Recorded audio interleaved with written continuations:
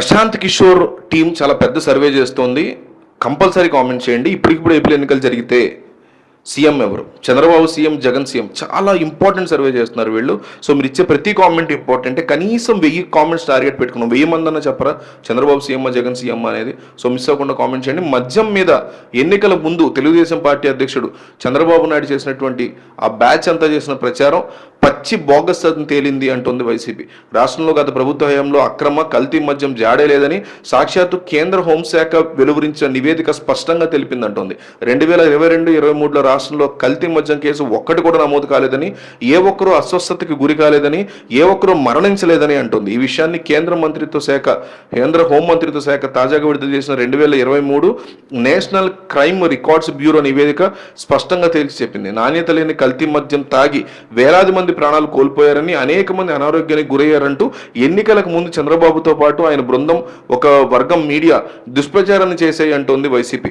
ఆ ప్రచారాన్ని పచ్చి అబద్ధాలేనని తాజాగా వచ్చినటువంటి నివేదిక ప్రకారం కుండ బద్దలు కొట్టాయంటుంది. అంటే ఎన్నికల ముందు ఆఖరికి మద్యం విషయంలో కూడా చంద్రబాబు దిగజారిపోయి విష ప్రచారం చేశారా అని వైసీపీ ప్రశ్నిస్తోంది.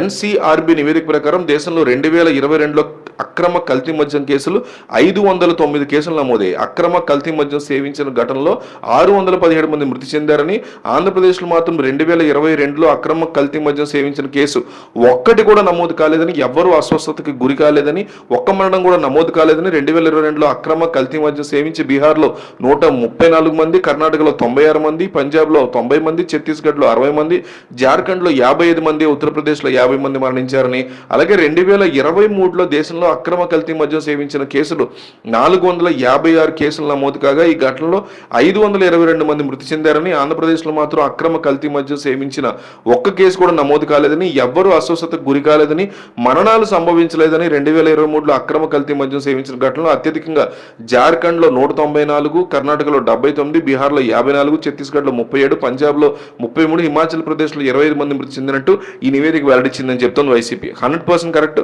అయితే వైసీపీ మీద టీడీపీ గతంలో చేసినటువంటి ఆరోపణల సారాంశం నాకు అర్థమైనంత వరకు ఏంటంటే, కల్తీ మద్యం అంటే ఏంటంటే 2 రకాలు. ఒకటి దొంగసారా కాసినటువంటి తాగిన కల్తీ మద్యం కేసులు, అవి ఎక్కువ ఉంటాయి.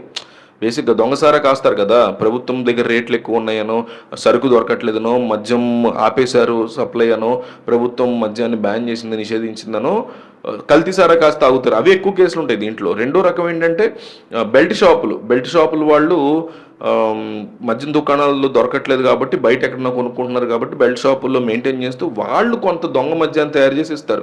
అది తాగి చనిపోతారు కొంతమంది. అది అయితే అప్పట్లో ఆరోపణలు ఏంటంటే ఒరిజినల్గా ఇస్తున్నటువంటి ప్రభుత్వం ద్వారా వస్తున్న మద్యంలోనే క్వాలిటీ లేకపోవడం వల్ల ఏదో రీజన్ వల్ల చనిపోతున్నాడు అనుకుని అక్రమ మద్యం కాదు, కల్తీ మద్యం వల్ల, లైట్గా ఉన్న కల్తీ మద్యం వల్ల చనిపోయారు అనేది ఆరోపణ.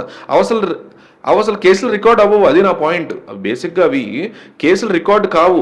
ఎందుకంటే నేను తాగానబ్బా, నేను చనిపోయా, నేను తాగింది ఎక్కడి నుంచి, బెల్ట్ షాపులోంచో కల్తీ సారాలోంచి తాగాను అనుకోండి, అక్కడ కేసు నమోదు అవుతుంది. వీడు బెల్ట్ షాపులోంచి తాగుతున్నాడు, నా భార్యో నా పేరెంట్స్ ఎవరో చెప్తారు, నా ఫ్రెండ్స్.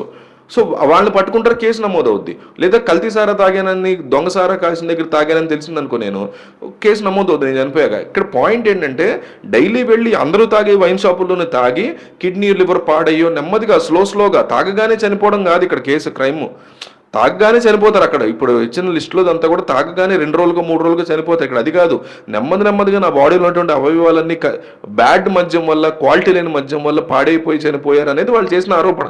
మరి దీన్ని ఇట్లా ఎందుకు అనుకున్నారు నాకు అర్థం కాలేదు. కానీ ఇది జరుగుతున్న ఇష్యూ.